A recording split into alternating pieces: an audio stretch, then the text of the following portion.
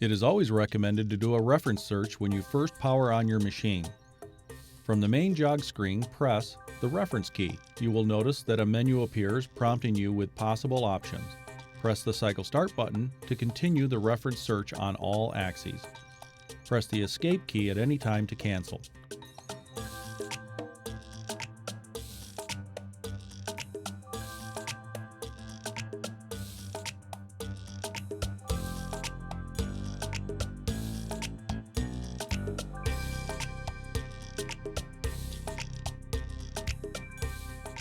Another way of doing a reference search is to press the X key.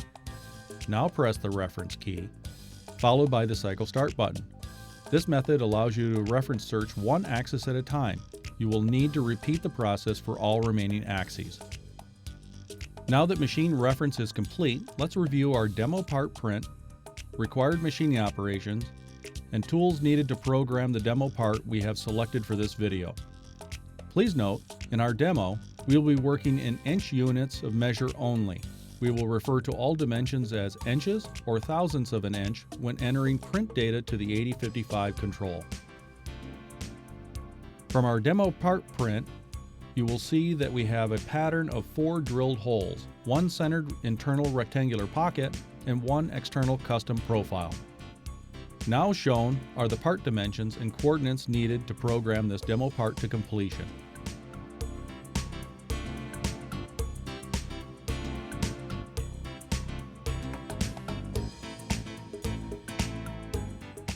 These are the selected tools we will use to produce the demo part. The tools are listed in the order that they will be used.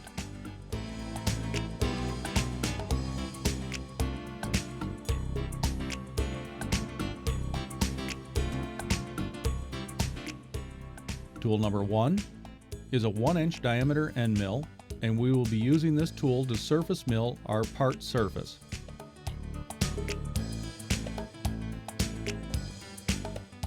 Tool number 6 is a 1/2-inch diameter spot drill, and we will be using this tool to spot drill all of our hole locations.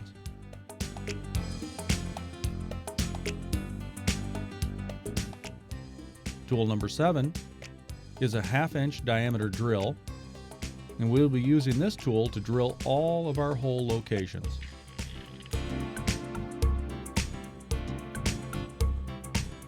Tool number 2 is a 1/2-inch diameter end mill, and we will be using this tool to mill our outside profile and center pocket of the part.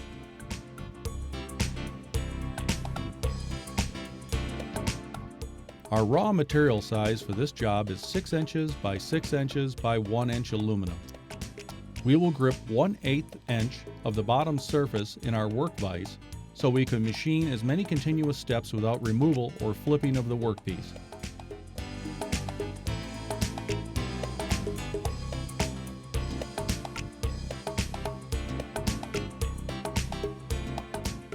After mounting the workpiece in a machine table vise, we will then establish our X and Y part 0 origin. In our demo, we will set the left rear corner as specified by our part print.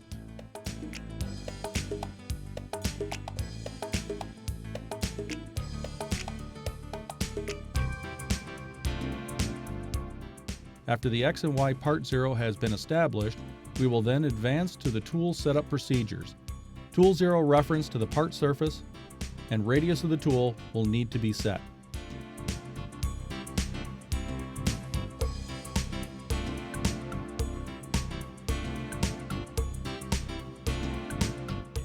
Once the machine setup has been completed, we will begin our programming for the first operation and then machine that operation to completion. Shown here is the surface milling operation. Our selected tool for this operation is tool number 1. We will use a 1-inch diameter end mill to remove a small finished cut of material from the top surface. This will produce a clean, parallel, flat surface needed for continued tool calibrations and part measurements.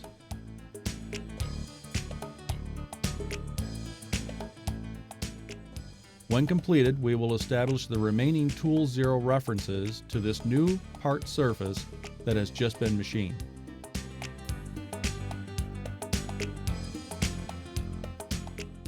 In our second operation, We'll be spot drilling holes to precision pattern locations. Our selected tool for this operation is tool number 6. We will use a 1/2 inch diameter spot drill to drill 5 shallow holes. Note, spot drilling or center punching is a great way to establish a guide hole that a longer drill will later follow without wandering off location.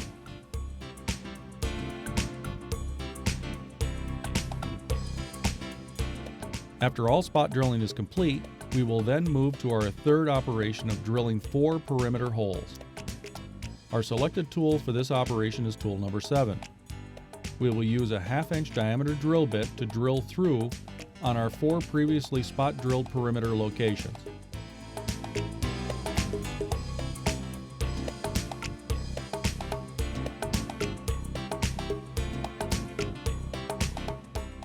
Our fourth operation will be a simple drilling in the center of the part to a specified depth using the same tool 7. This will be our pilot hole for the pocket milling operation coming later.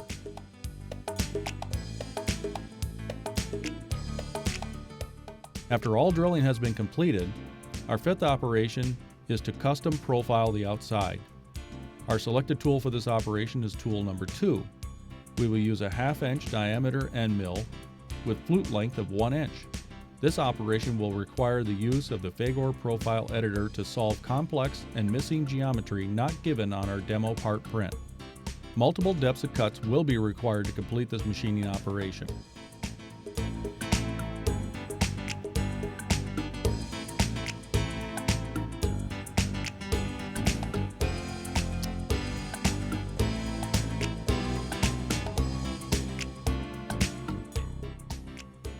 After completing the profile, our sixth and final operation will be to mill the center pocket to length, width, depth, using the same tool number 2. This pocket operation will perform multiple step-over passes to clear the area as defined by our program.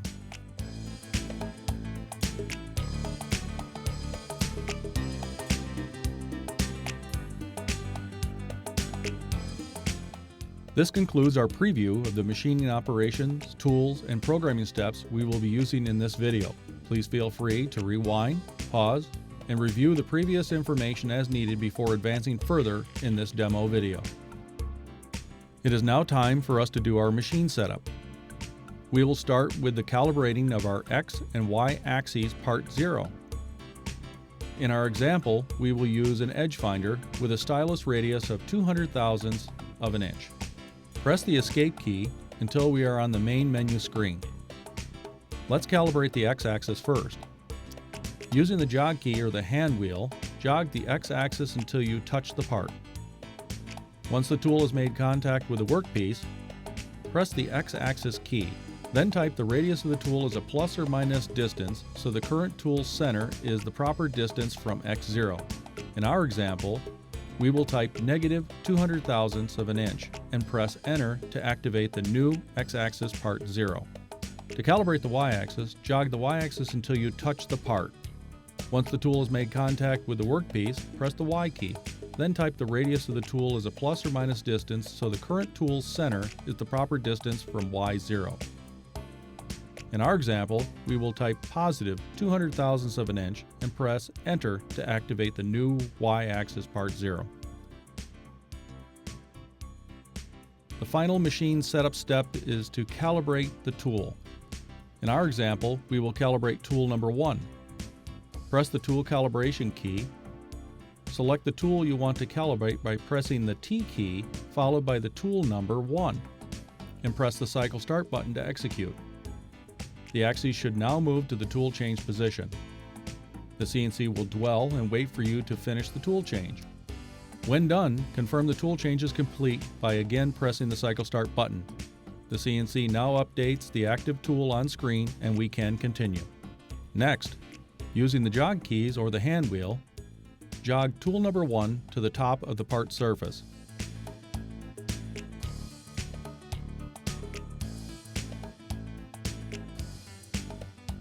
Once touching the top of the part, press the Z key, followed by the Enter key. The CNC will measure and update the L value on the control. L is the tool length. K is equal to any tool wear. At this time, there's no need to define K, arrow down to continue. R is the radius of the tool. In this example, tool 1 has a radius of 0.5 inch. I is any radius wear on the tool. At this time, we will leave it blank. The bottom half of the screen does not have to be defined at this time.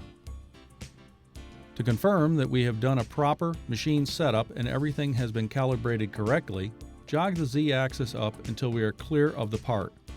Now press the ISO key. Type X0, Y0, and press cycle start. The X and the Y axis will now move to the part 0. Now turn down the feed rate override to 0% and again press the ISO key.